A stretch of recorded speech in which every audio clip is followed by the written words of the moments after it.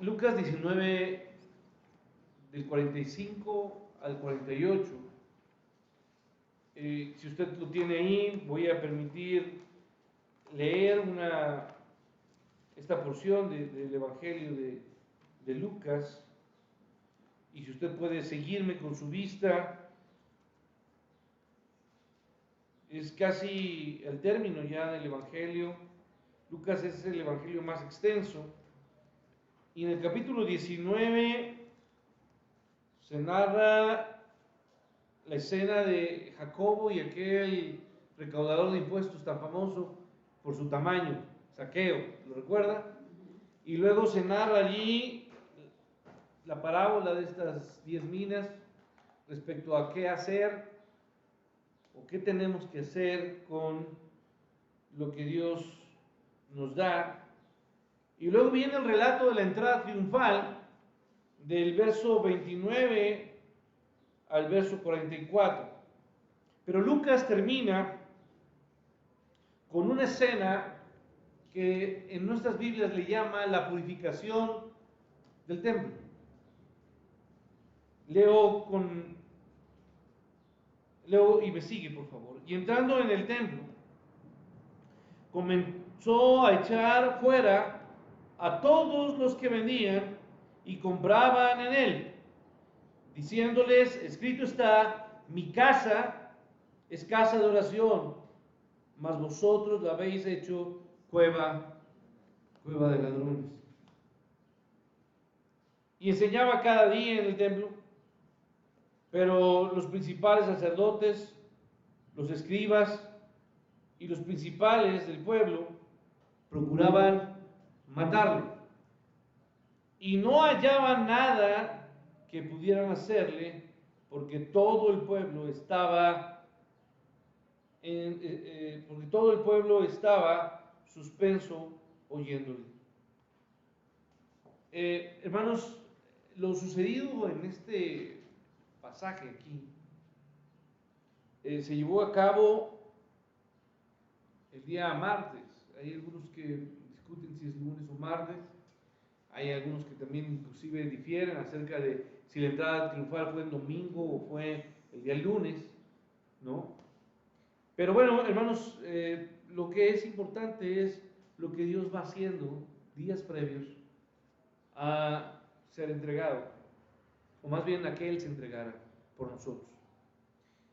Si recordamos lo que había sucedido, la multitud tan grande que le siguió y que le recibió al llegar a Jerusalén, se habla que fueron aproximadamente 100,000 personas. Si usted tiene más o menos una idea de cuánto pueden ser 100,000 personas, híjole, pues quizá lo que se ha reunido en las últimas escenas del Zócalo, en grandes movimientos, más bien puede darse cuenta lo que puede albergar el Estadio Azteca más o menos, aunque puede tener una capacidad de 150,000, el lleno, podríamos decir que son 100,000 personas. Es obviamente mucha gente, lo que yo quiero decirle, ¿sí? Muchas personas que acompañaron a Jesús, lo aclamaron como Mesías, que fue el heredero del trono de David. Usted lo recuerda, las hosanas, y decían: bendito el que viene en el nombre del Señor y de David, haciendo referencia a ese gran rey. Entonces esa gente acompañó, y después de haber entrado a Jerusalén por la puerta oriental de Jerusalén, él venía ¿de dónde, hermanos? De Betania. Bueno, digo de Capernaum, perdón, de Capernaum, y se fue a Betania. La celebración terminó en el templo. La entrada triunfal fue y lo acompañaron hasta llegar al propio templo, y ahí en el templo fue donde concluye esa entrada. Y dice el texto, si usted me acompaña, Marcos 11, es un paralelo al momento que estamos viendo.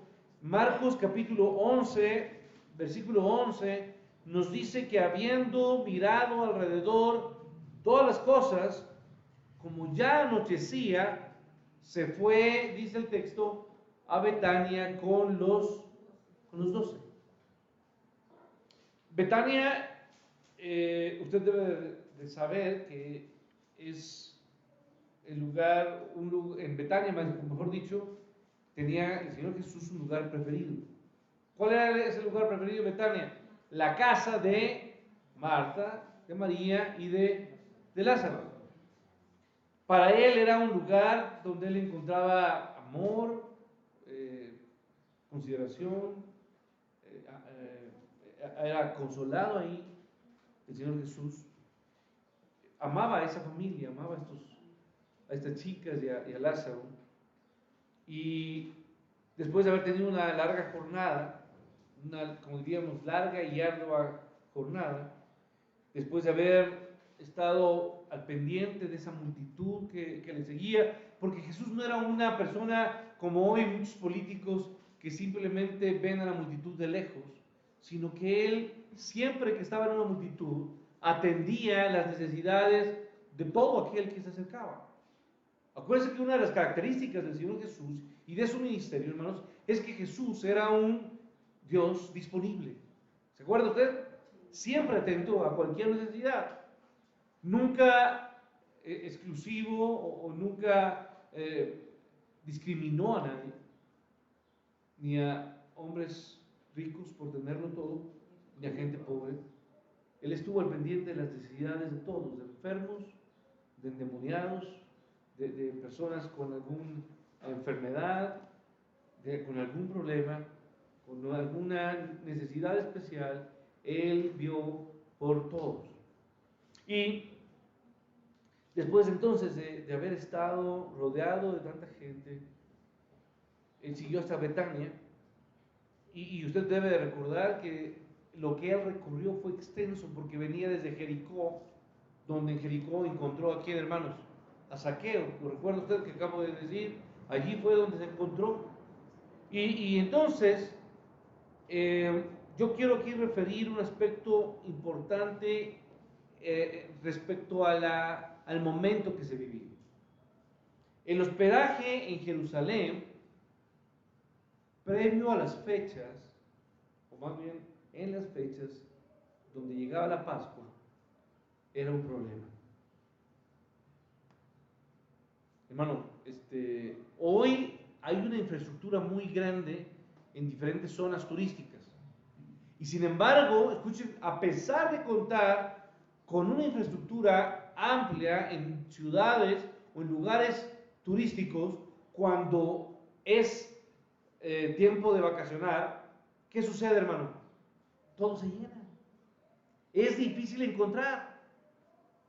Y hoy, vaya que los mecanismos de hospedaje han crecido de forma impresionante. Airbnb simplemente ha facilitado y extiende casas, donde las casas se convierten en ¿qué, hermanos? En hoteles, ¿no? Esta aplicación donde usted, si usted tiene una casa en Playa del Carmen, como mi hermana Hortensia, ella puede meter su casa en Airbnb y puede dar alojamiento a cualquier persona ahí que necesite. En el tiempo del Señor Jesús, eso no existía. Claro que existían posadas, claro que existían algunos lugares, pero cuando la gente llegaba, el momento de la Pascua, todo ¿qué, hermanos? Se atiborraba, se llenaba. Era un problema verdaderamente encontrar hospedaje. Se calcula que llegaban a Jerusalén alrededor de 2 millones de personas para la fiesta de la Pascua. Toda esta gente, judíos que venían de diferentes lugares, asistían con familiares, con visitantes, con amigos. Y a pesar de que había varias posadas, estas se llenaban con los conocidos de los dueños o de los amigos. Obviamente ya estaban reservadas. La gente pudiente, hermanos, sabía que tenía amistades ahí y apartaban o reservaban, ¿qué, hermanos? Estos lugares para estas fechas tan importantes. En una fiesta anual, ¿me explico? Entonces, hermanos, las posadas se llenaban. Particularmente usted debe recordar que los grupos poderosos, como los esenios, como quienes más, los celotes, si ubica los esenios y los celotes, los fariseos, los saduceos, Todos estos eran líderes que, hermanos, religiosos. ¿Sí? Y estos líderes, saduceos, líderes religiosos, hacían obviamente reservaciones para sus invitados. Incluso algunos creyentes en Jesús, pues obviamente alojaban a otros creyentes que venían de lejos, desde Galilea, para la fiesta de la Pascua. Había sinagogas de extranjeros que se abrían, y usted tiene evidencia en Hechos 6, donde se nos habla de una sinagoga para extranjeros. Tenían hospicios para compatriotas que visitaban Jerusalén en esta importante ocasión. Y por lo tanto habían casas donde recibían a personas, especialmente a creyentes, y daban lugar, hospedaje o posada a estas personas. Las familias ricas con grandes propiedades en Jerusalén y sus alrededores podían albergar a grandes cantidades de personas. O sea, había gente como hoy que tiene una casa aquí en la Ciudad de México y había otra y que tenían casa en ¿dónde? En Jerusalén, ¿me explico? Y esas casas en estas fechas tan especiales las convertían o las abrían para hospedaje de cualquier persona, obviamente de hermanos en la fe, daban prioridad. Pero el punto, hermanos, es que cuando esas viviendas se llenaban, había aún muchas personas que necesitaban lugar. Y la gente que, escuche bien, que no encontraba lugares en casas, en posadas, en hospicios, ¿qué cree que hacían, hermanos? Aplicaban la de hoy en muchos lugares cuando hacen manifestaciones. Eso, tiendas de qué, hermanos? Tiendas de acampar. No cree que los del Zócalo que nos llegan son los únicos, hermanos. No, esos existían desde siempre. Pablo se dedicaba inclusive a hacer tiendas de qué, hermanos? De acampaña. ¿Sí? ¿Sí? Él hacía y cosía tiendas de acampar. Por lo tanto, hermanos, cuando llegaba la Pascua, se rodeaban los alrededores de tiendas de acampar. Había mucha gente que estaba allí haciendo tiendas y carpas de campaña a los alrededores, en Betania, en Belén y en las demás direcciones. Algunos ponían sus tiendas de campaña cerca del templo, aunque, obvio, en el templo no se permitía establecer que las tiendas de campaña, pero se ponían lo más cercano que podían. Y obviamente se quedaban muy cerca. El templo entonces, también quiero hacer esta referencia, el templo tenía lugares especiales para albergar o para recibir, y yo puedo decir que si ya vemos de la escena, seguramente los que se quedaban en el templo les cobraban, y les cobraban ¿cómo? Bien. ¿Explico? Pues ¿a dónde iban a la fiesta? Al templo. Era como hospedarse en el mejor hotel, ¿me explico? Y el costo, hermanos, tristemente todo se convertía en un ¿qué, hermanos? En un negocio. Y entonces el templo tenía edificios adyacentes donde alquilaban lugares para hospedar visitantes. La ley judía demandaba que quienes celebraban la Pascua debían, escuchen bien, debían pasar la noche anterior a la Pascua ahí cerca ya en el templo. Entonces la gente no tenía que llegar al mero día, tenía que llegar una noche que antes. Y una noche, la noche para ellos empezaba ¿a qué hora el nuevo día? A las 6 de la tarde. ¿Sí sabía eso o no? Hermanos, entonces, ¿no es judío usted? A las 6 de la tarde, hermano. Cuando hace sus oraciones ya a las 6 de la tarde ya, ¿sí? Bueno, entonces, hermanos, sin embargo, se había vuelto imposible para mucha gente, para multitudes que eran muy grandes, poder recibir. En resumen, la región cercana a Jerusalén, al templo, estaba atiborrada más allá de su capacidad. ¿Sabe a lo que me refiero, no? Hoy que por cierto mucha gente sale de vacaciones, hermanos, ¿cómo están todos los lugares? Llenos, ¿no? ¿Sí? Por eso fue bueno que Jesús tuviera amigos en Betania, con una casa grande, para poderlos recibir. Y por eso Jesús aprovechaba y se quedaba en casa de María, Marta y Lázaro allí. Lo sucedido en la entrada triunfal preparó obviamente el escenario para la dramática confrontación de este día martes. Obviamente fue increíble lo que sucedió ahí, pero lo importante de todo, hermanos, es que en esta escena del verso 45 al verso 48, lo que vemos es que Jesús se muestra como el verdadero o el auténtico Mesías o el verdadero Rey, el Rey de Dios, el Hijo de Dios, el Hijo eterno de Dios. Y lo vamos a ver, hermanos, espero que podamos verlo con 5 hechos o 5 realidades aquí planteadas que demuestran y no dan lugar a duda de que Jesús es el Hijo, o verdaderamente es el Hijo de ¿quién? El Hijo de Dios. Primero, hermanos, dice el versículo 45. Acompáñame. ¿Qué dice el texto? Y entrando en el, ¿qué dice ahí? En el templo. Estamos en Lucas 19, 45, ¿sí? Y dice, y entrando en el templo. Lo primero que quiero decir, lo primero que se destaca es la misión divina de nuestro Señor. Él tenía una misión no de carácter terrenal, no de carácter humano, no tenía una misión política, no tenía una misión social, no tenía una misión activista. ¿Me explico? Él tenía una misión de carácter espiritual, divina. Él venía en una misión de parte de quién, hermanos, de Dios. Y lo que Jesús hizo ese martes fue impresionante. Las multitudes lo habían acompañado, lo repito, en la entrada triunfal. La gente lo había ya proyectado como el Mesías, ¿sí?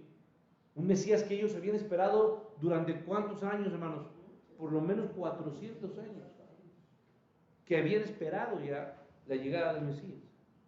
Y basándose en eso, ellos habían esperado que Jesús llegara con sus discípulos y con todos sus seguidores y asaltaran la guardia o la guarnición romana que estaba en la fortaleza Antonia.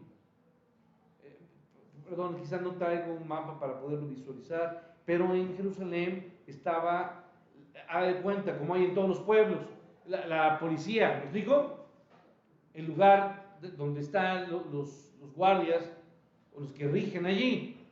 Siempre se llama ese municipio, hay una presidencia municipal, ¿lo sabemos o no? Sí. Bueno, en nuestro país, allá había lo que era la fortaleza Antonia, y allí estaba Pilato, ¿con quién, hermanos?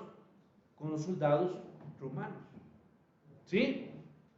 Y entonces allí la gente esperaba que llegara Jesús y obviamente atacara a los romanos y los quitara del poder.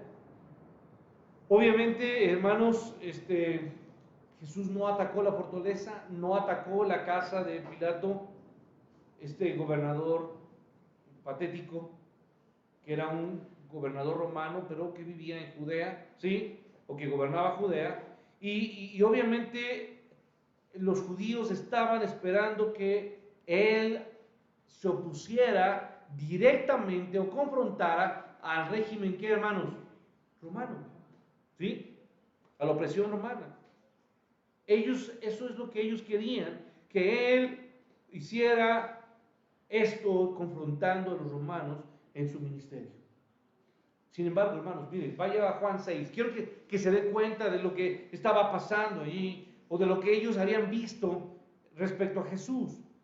Verso 14 y 15 de Juan 6, por favor, acompáñenme. Dice el texto que aquellos hombres, entonces, viendo la señal que Jesús había hecho, bueno, a ver si están todos, yo quiero que me acompañen todos, pero quiero que tengamos el antecedente. Estamos en Juan, capítulo 6, verso 14.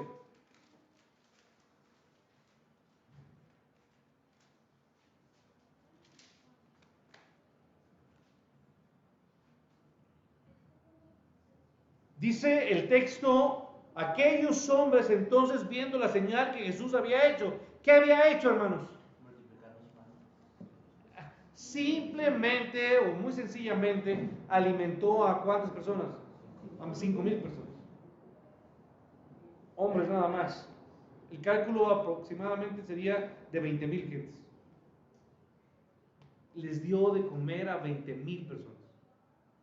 Un milagro de características, pues podemos ser indescriptibles, incomprensibles para nosotros. ¿Sí? Esa gente fue testigo de un verdadero y auténtico milagro que Dios hizo allí, demostrando obviamente poder. Y la gente vio esta señal y dijeron, ¿cuál fue el razonamiento de ellos? Este verdaderamente es quien, el profeta que había de venir, ¿a dónde? Al mundo, sígame ahí. Pero entendiendo Jesús que iban a venir, ¿para qué?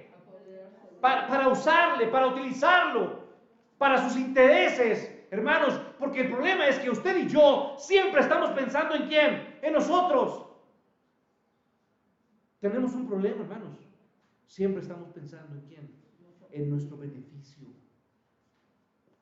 en lo que queremos, en lo que nos gusta. Somos orgullosos. Y a la gente, ¿qué hacemos, hermanos? Cuando vemos que tiene algo, hermanos, la tratamos de ¿qué, hermanos? De usar. ¿Sí me explico? Le vemos y nos brillan, cuando vemos a alguien así, nos brillan los ojos. Entonces quiero que sea mi amigo. ¿Me explico? ¿Para que me qué? Para que me ayude. La gente, hermano, estaba interesada y quería tomarlo, dice el texto allí, querían apoderarse de él y hacerle, ¿qué, hermanos? Hacerle rey. Y luego entonces dice, como Jesús entendió lo que iban a hacer, volvió a retirarse al monte, como, hermanos, solo. Obviamente para Jesús era una tentación también suculenta, ¿no? ¿A quién no le gustaría ser rey de cualquier nación, hermano? Era una tentación. Es la misma tentación que Satanás le dijo antes de iniciar su ministerio, ¿se acuerda? Sí. Si postrado me adorares, te daré ¿qué? Todos los reinos de esta tierra. Y aquí él tenía una opción: convertirse en rey, dominando, venciendo a los romanos. Ahora, ¿tenía capacidad para hacerlo o no? Sí. Claro que lo tenía. Pero él hizo creo que era algo muy básico. Se apartó y se quedó como, hermanos, solo. Solo.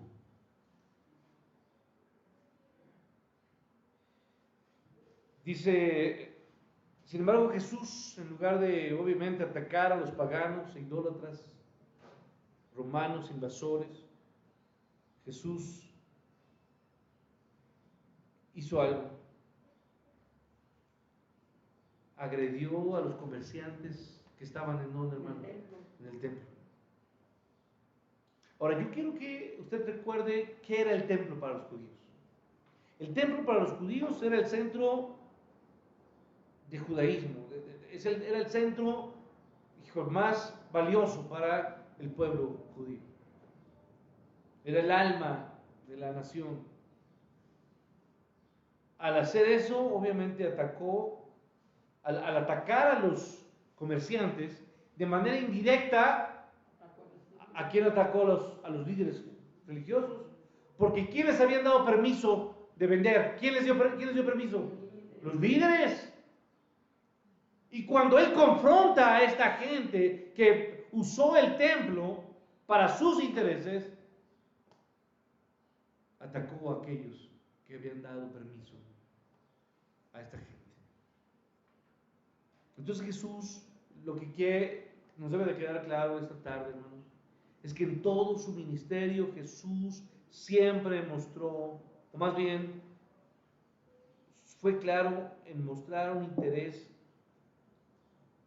a cosas superiores. A él no le interesó la relación entre Israel, la nación judía, y los romanos.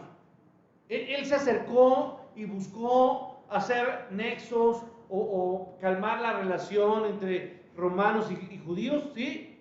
Él intervino y fue como un pacificador y platicó con las autoridades romanas, dijo, por favor traten bien a los judíos. ¿Sí fue eso? ¿Un negociador de paz entre romanos y judíos? No. A él no le interesó la relación de judíos y romanos. A él le interesaba la verdadera relación que le importa a nuestro Señor, que es su relación con la relación con Dios. Es que nos pongamos a cuentas, ¿con quién, hermanos? Con Dios. Porque nuestro problema no es principalmente contra mi esposo, mis hijos, mi familia, otras personas. El problema que yo vivo, el real problema, es que mi relación con Dios está, ¿qué, hermanos? Quebrada, rota. Y cuando mi relación con Dios está quebrada, todo lo demás está enfermo. Todo está en crisis. Jesús hizo hincapié en la necesidad que tiene todo hombre en ponerse a cuentas con su Hacedor, con su Creador, en reconciliarse con Dios. Esa prioridad fue la que le llevó al inicio de su ministerio. Vamos rápidamente a terminar con Juan 2, por favor. Ya no tengo tiempo. Juan 2. Acompáñenme a Juan. Capítulo 2.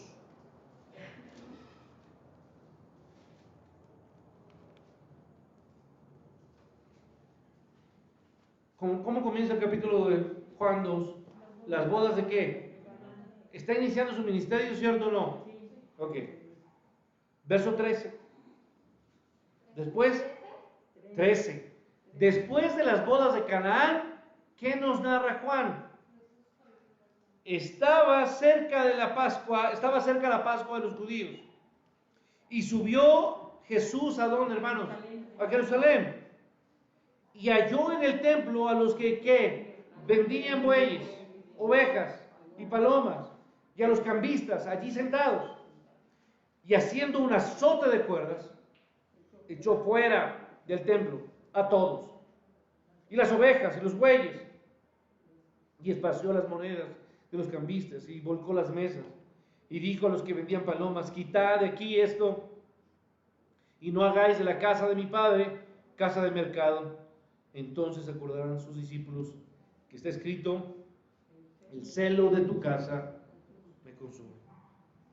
Hermanos, es una escena muy similar a la que vemos, ¿sí o no? 3 años después. Su ministerio duró ¿cuántos años, hermanos? 3. 3 años después, el ministerio terrenal de Jesús terminó con esa misma furia, la furia santa sobre el templo corrupto y con una religión totalmente apóstata, miserable. Todo el ministerio de Cristo se enfocó siempre en aspectos espirituales. Su énfasis nunca fue, Él no vino a sanar enfermos, principalmente. Él sanó enfermos, pero no era su objetivo. Él no vino a hacer ricos a los pobres, no. Él vino a reconciliar al hombre con Dios. Su misión fue espiritual, divina. Entonces, la preocupación del Señor siempre fue que el Dios verdadero fuera adorado de la manera correcta, adecuada, prescrita en su palabra. Y usted recordará lo que le dijo a la mujer samaritana. ¿Se acuerda?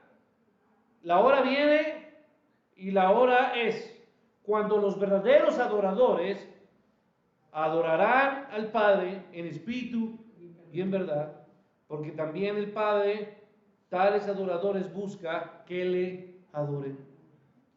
Dios es espíritu y los que adoran en espíritu y en verdad es necesario que le adoren. Juan 4, 23. Jesús entonces entendía que no todo era como debía de ser. Sí, claro que no es. Y usted no vive la vida que usted le gustaría vivir, ¿o sí? Ni socialmente, ni económicamente tenemos lo que queremos, ¿o sí? Ni políticamente tenemos el mejor estado o nación. No tenemos eso. Ni las mejores condiciones sociales, ni las mejores condiciones económicas, ni las mejores condiciones políticas. Y mucho menos, hermanos, vivimos en condiciones de justicia o equidad. ¿O sí vivimos así, hermanos? No. Pero también Jesús sabía que la única manera de remediar todas las injusticias era cambiando la hipocresía. Y las obras de justicia que simplemente se fingían a la luz de todos, pero eran así de falsas, hermanos. Porque lo que la gente verdaderamente necesita, hermanos, es una relación con quién, hermanos, con Dios. Eso es lo que necesitamos. Por lo que su ministerio siempre, el ministerio del Señor Jesús siempre se centró en el reino de Dios y en la verdadera adoración. Siempre fue su anhelo. Adorar al verdadero Dios, acercarte al verdadero Dios, encontrarte con el verdadero Dios.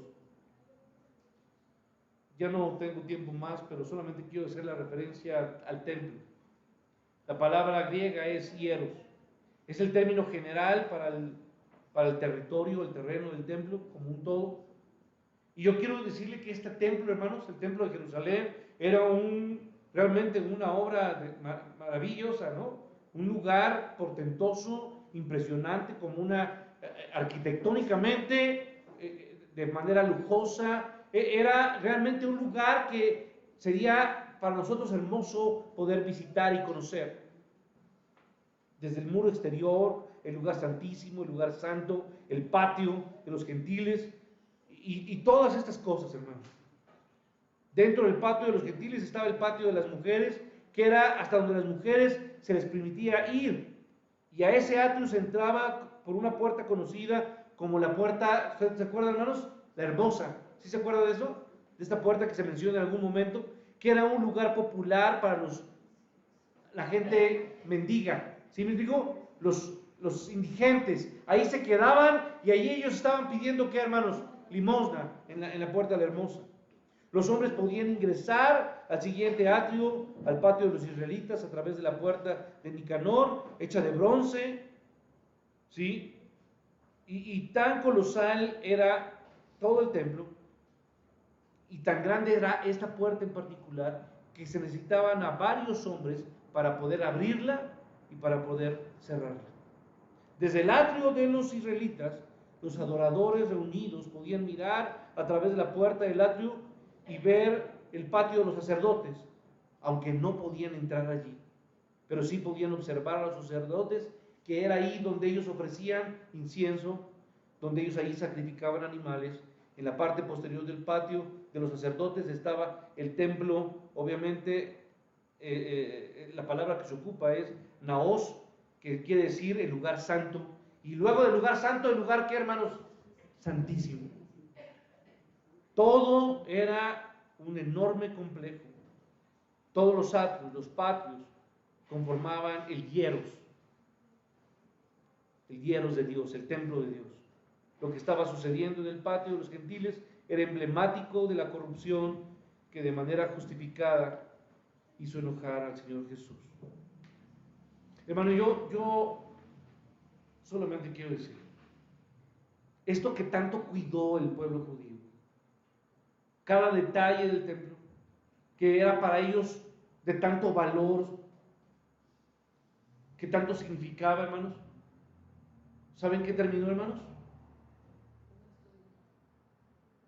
quemado, calcinado. El templo fue destruido.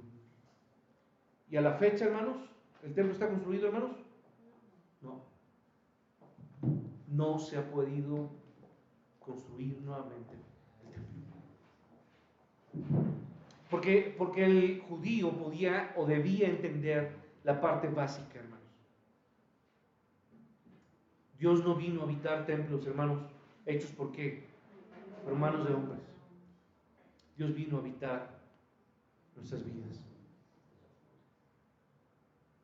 Y lo que hay en nuestras vidas, hermanos, de la misma manera, hoy nuestra vida, nuestro cuerpo, muchas veces está totalmente, ¿qué, hermanos? Alejado y corrompido. Y nuestros ojos y nuestros intereses son mezquinos y están muy lejos de Dios. Y en este día, mi petición, mi oración, es que todos, hermanos, abandonemos todo y tiremos todo y volquemos todo, porque hay tantas cosas que nos estorban para acercarnos al verdadero Dios. Y si no lo hacemos, hermanos, nunca podemos tener una adoración sincera y genuina para con Dios. Hay muchas cosas, hermanos, que pensamos que pueden agradar a Dios, o que nosotros planeamos que pueden ser agradables a Dios. Pero Dios conoce verdaderamente lo que somos y lo que hay en nuestra vida. Y si hay algunas cosas que tirar, hermano, Dios tiene que tirarlas ya. Padre, yo te suplico que quites de nosotros todo estorbo. Quites todo el orgullo y toda la hipocresía, Señor. Porque muchos podemos estar aquí en un templo, en un lugar donde se llama, que se reúne la iglesia, pero simplemente nuestro corazón puede estar muy lejos, tan lejos de ti, Padre. Nuestro dinero puede estar cercano a un alfolí,